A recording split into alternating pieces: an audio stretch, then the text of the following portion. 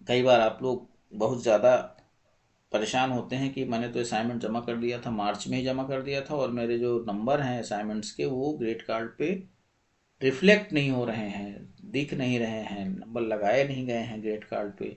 और इस पूरी प्रक्रिया में 4 से 5 महीने का समय गुजर जाता है और विद्यार्थी पैनिक होने लगते हैं। उनकी ये एक्सपेक्टेशन होती है कि अगर उन्होंने आज असाइनमेंट जमा किया है तो कल से ही वो नंबर रिफ्लेक्ट होने लगे, एटलीस्ट स्टेटस दिखने लगे। तो मैं आपको इसके बारे में बहुत स्पष्ट शब्दों में बता दूं कि इग्नू में जो ये असाइनमेंट इवैल्यूएशन की प्रक्रिया है, ये एक कंटिन्यूस प्रोसेस है और यहाँ पे कई स्टेप्स होते हैं, कई पिलर्स होते हैं जो इस पूरी प्रक्रिया को कंप्लीट करते हैं। अब इसको आप इस तरह से समझ सकते हैं कि आप असाइनमेंट कहाँ जमा करते हैं। असाइनमेंट आप जमा करते हैं अपने अध्ययन केंद्र पे। तो क्या असाइनमेंट जमा करने के तुरंत बाद उनके नंबर ग्रेड कार्ड पे दिखेंगे? बिल्कुल नहीं दिखेंगे। जिस अध्ययन केंद्र पे आप असाइनमेंट जमा कर रहे हैं, बहुत सारे लोग रीजनल सेंटर पे भी जमा करते हैं, तो वो असाइनमेंट सेग्रीगेट किए जाते हैं। वो पहले कोर्स वाइज सेग्रीगेट किए जाते हैं, क्योंकि इग्नू में बहुत सारे प्रोग्राम्स हैं और उन प्रोग्राम्स के अंदर कोर्सेस हैं।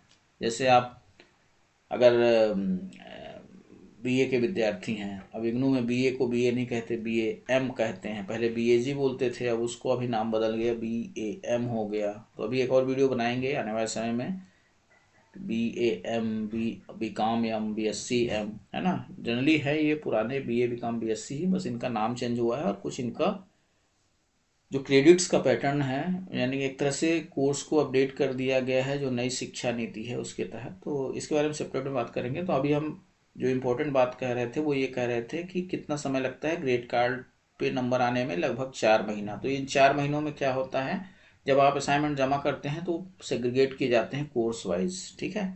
कोर्स वाइज सेग्रीगेट कौन करता है? स्टडी सेंटर करता है। फिर क्या करते हैं, उन असाइनमेंट्स को भेजते हैं जचने के लिए जो उस कोर्स के टीचर होते हैं। बिल्कुल आसान शब्दों में आपको मैं बता रहा हूँ, जो उस कोर्स के टीचर होते हैं उनके पास असाइनमेंट भेजा जाता है जचने के लिए।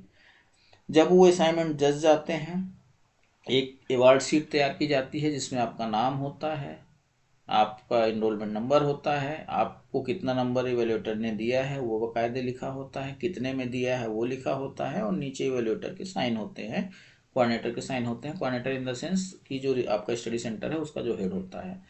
वो जब असाइनमेंट शीट तैयार हो जाती है, अब ये कहने में तो बड़ा आसान लगता है कि क्या हुआ, जचने गए, जच के आ गए और भेज दिए। लेकिन कई बार क्या होता है, जब बल्क में असाइनमेंट होते हैं तो वहाँ पे समय ज़्यादा लगता है इवेल्यूएशन में।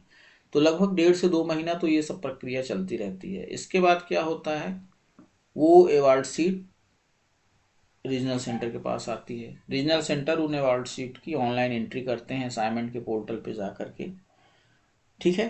तो चूंकि रीजनल सेंटर के पास केवल आप ही एक अकेले विद्यार्थी नहीं हैं, रीजनल सेंटरों पे लाखों विद्यार्थी होते हैं और सबके असाइनमेंट लॉट वाइज आते रहते हैं। तो जैसा कि मैंने कहा, एक ये कंटिन्यूस प्रक्रिया है, ये प्रोसेस चलती रहती है। जैसे ये असाइनमेंट के नंबर्स आए किसी पर्टिकुलर कोर्स के किसी स्टडी सेंटर से, उनकी एंट्री चलती रहती है। एंट्री जब हो जाती है तो ये एंट्री कहाँ हो रही है? रीजनल सेंटर पे हो रही है। रीजनल सेंटर ऑनलाइन उस डेटा को अपलोड करता है किसी पोर्टल पे, और फिर जो आपका मेन इग्नू का ऑफिस होता है दिल्ली में होता है, जहाँ पे स्टूडेंट इवैल्यूएशन डिवीज़न होता है जो इन सब चीज़ों को मॉनिटर करता है, मार्कशीट से संबंधित, डिग्री से संबंधित, एग्जामिनेशन से संबंधित चीज़ें आपका स्टूडेंट इवैल्यूएशन डिवीज़न देखता है। तो वो उन असाइनमेंट्स को वापस से डाउनलोड करके और आपके ग्रेड कार्ड पे ट्रांसफ़र करता है, प्रोसीड करता है, ट्रांसमिट करता है। तो कहने का मतलब कि इस पूरी प्रक्रिया में कई लोग इन्वॉल्व होते हैं, कई चरण हैं, और इस वजह से इसमें टाइम लगता है। तो आपको बिल्कुल पैनिक नहीं करना है कि हमने असाइनमेंट जमा कर दिया मार्च में तो अप्रैल में नंबर दिखने लगेंगे। बिल्कुल नहीं दिखेंगे। आपके असाइनमेंट के नंबर दिखेंगे जब आपके थ्योरी के रिजल्ट निकलेंगे। थ्योरी के रिजल्ट कब निकलते हैं? तो जून में एग्ज़ाम होता है, 45 डेज के बाद निकलता है। तो जून वाले एग्ज़ाम का रिजल्ट 15 अगस्त के बाद निकलता है। उसी समय आपके असाइनमेंट के नंबर भी ग्रेड कार्ड पे दिखेंगे। अब आप कहेंगे भाई हमने तो मार्च अप्रैल में जमा कर दिया था और अगस्त में नंबर दिखेंगे, तो बिल्कुल ऐसा ही होता है।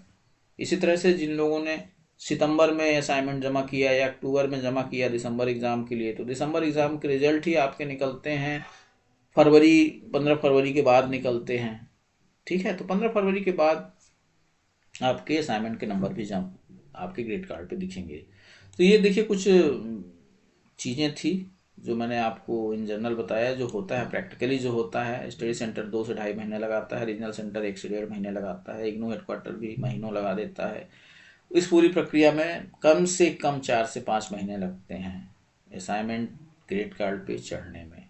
क्योंकि बिल्कुल आखिरी पड़ाव में एक बहुत इंपॉर्टेंट बात मैं आपके साथ शेयर करना चाहता हूँ। ये मेरी एक जिम्मेदारी है, चूँकि मैं इन चीज़ों को आपके साथ बताता हूँ तो ये बताना भी मेरी जिम्मेदारी है। कई बार विद्यार्थियों के मन में ये होता है कि क्या कोई जुगाड़ है, असाइनमेंट ना बनाना पड़े, मेरे नंबर चढ़ जाएं। कई बार आप देखते हैं फेक वेबसाइट के माध्यम से आपको असाइनमेंट्स, हैंड रिटन असाइनमेंट लोग सेल करते हैं, और बहुत सारे लोग जिनके पास टाइम नहीं है वो उसको परचेज भी करते हैं कि चलो हमारे पास टाइम नहीं है, हम शॉर्टकट अपनाते हैं, कुछ पैसे का पेमेंट करके वहाँ से कलेक्ट करते हैं और फिर अपना नाम लिख के जमा कर देते हैं। तो ये कोई बहुत अच्छी चीज़ नहीं है, अच्छी प्रैक्टिस नहीं है। जो लोग सीरियस हैं, जिनको ये है कि भाई हमें अपना कैरियर बनाना है, इग्नू एक हमारा माध्यम है, हम यहाँ से जो पढ़ाई कर रहे हैं उसको पढ़ के हमें जीवन में कुछ करना है, तो मैं उनके लिए ईमानदारी पूर्वक यही सलाह दूंगा कि आप इन सब चीज़ों से दूर रहें। आप असाइनमेंट के क्वेश्चन पेपर इग्नू के साइट से डाउनलोड करिए, आपको किताबें मिली हैं आप उनकी मदद लीजिए।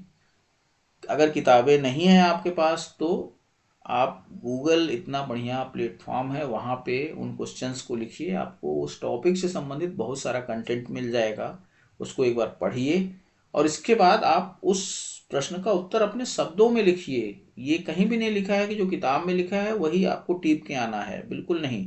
आपको प्रश्नों के उत्तर अपने शब्दों में लिखना है, और अगर इस तरह से आप अपनी प्रिपरेशन करते हैं तो निश्चित रूप से ये प्रिपरेशन आपके मेन एग्ज़ाम में काम आएगी और आप अच्छे नंबरों से अपने प्रोग्राम को कंप्लीट कर पाएंगे।